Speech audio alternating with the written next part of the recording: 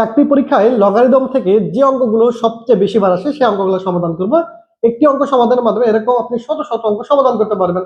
খেয়াল করে এখানে বলেছে কি লগ √3 ইকুয়াল এক্স হলে এক্স এর মান আপনাকে বের করতে বলছে। তার মানে একটা সমীকরণ দেওয়া আছে, লগ যুক্ত সমীকরণ। এই লগ যুক্ত সমীকরণ আপনি দেখার মাত্রই মাথায় প্রথম চিন্তা করবেন লগটাকে আপনাকে আউট করতে হবে, কিন্তু এমনি এমনি তো আউট করতে পারবেন না, তাহলে একটা সিস্টেমে আউট করতে হবে। কি সিস্টেম? লগকে যদি এখান থেকে আপনি আউট করতে চান তাহলে লগের যে রাশিটা আছে এর যে পাওয়ারটা আছে এই পাওয়ারটা এখানে ব্যাজ হয়ে যাবে, বৃদ্ধি হয়ে যাবে, এক্স এর জায়গা দখল করবে। তাহলে এক্স কি করবে? এক্স ওই 81 জায়গা অর্থাৎ এই পাওয়ারের জায়গাটা এক্স নিয়ে নিবে। দেখেন সিম্পল, এই কাজটা করেন।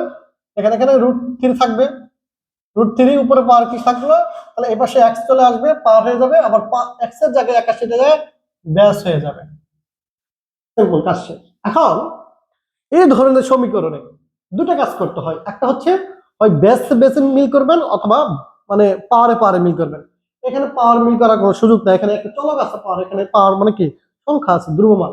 আচ্ছা, এখন বেস যে আছে বৃত্তিটা এখানে সংখ্যা আছে, এখানে বৃত্তির সংখ্যা আছে, তাহলে বৃত্তি অবশ্যই মিল করা যাবে। তো বৃত্তি এখানে কি আছে? √3, তাহলে √3 এই পাশে আনতে হবে। আনার জন্য প্রথমেই আমাকে 81 কে ভাঙতে হবে। 81 কে যদি ভাঙি তাহলে 3 দিয়ে ভাঙলে কি 3 7 81, আবার 3 দিয়ে করলে 3 3 9, আর 3 9 27, আবার 3 দিয়ে করলে 3 3 9, অর্থাৎ 3 এর উপরে পাওয়ার 4 দেওয়া মানে হচ্ছে 81। 3 এর উপরে পাওয়ার 4 মানে 81, কিন্তু 3 এর উপরে পাওয়ার 4 মানে 81 হতে হবে না, আমাকে তো এটা মিল করতে হবে। এখানে √3 আছে, এখানে √3 আছে। এখন একটা জিনিস আপনাকে বুঝাই, ধরেন আমি 3 লিখলাম, এই 3 পরিবর্তে আমি লিখতে পারবো √3 গুণ √3, অর্থাৎ একটা 3 পরিবর্তে দুইটা √3 গুণ আমরা লিখতে পারি। কিভাবে লিখতে পারি? এই যে দেখেন √3 গুণ করলে কি হবে? √3 স্কয়ার রুট চলে গেলে 3 থাকলো। আমরা এই কাজটা আমরা কিন্তু করতেই পারি, তাই না? তাহলে একটা একটা 3 জায়গায় একটা 3 পরিবর্তে যদি দুইটা √3 লিখতে পারি, তাহলে চারটা 3 পরিবর্তে করা 8টা √3 লিখতে পারি না? অর্থাৎ এখানে কি আমরা এই কাজটা করতে পারি? দেখেন তো, √3 এ পাশে কি আছে? To the power x equal, এই পাশে যদি √3 মিল করতে চাই, পাওয়ার কি ছিল 4, এখানে আমরা 8 করে দিলাম, করতে পারি, ডাবল করে দিলাম জাস্ট।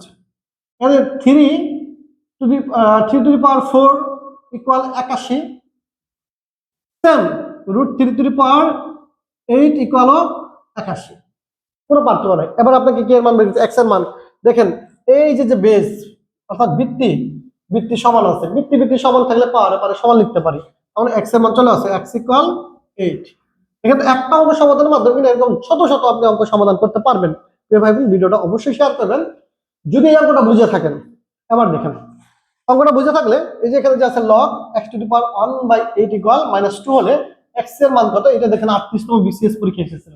এই অঙ্কটা কত হবে আমাকে একটু অঙ্কটা করে কমেন্ট বক্সে কমেন্টে উত্তরটা জানিয়ে দিবেন প্রিয় ভাই বোন। ভিডিওটা যদি ভালো লাগলে অবশ্যই শেয়ার করবেন এবং এই টাইপের আরো ভিডিও পেতে চাইলে জসিম টিউটর ফলো করবেন। ধন্যবাদ সকলকে।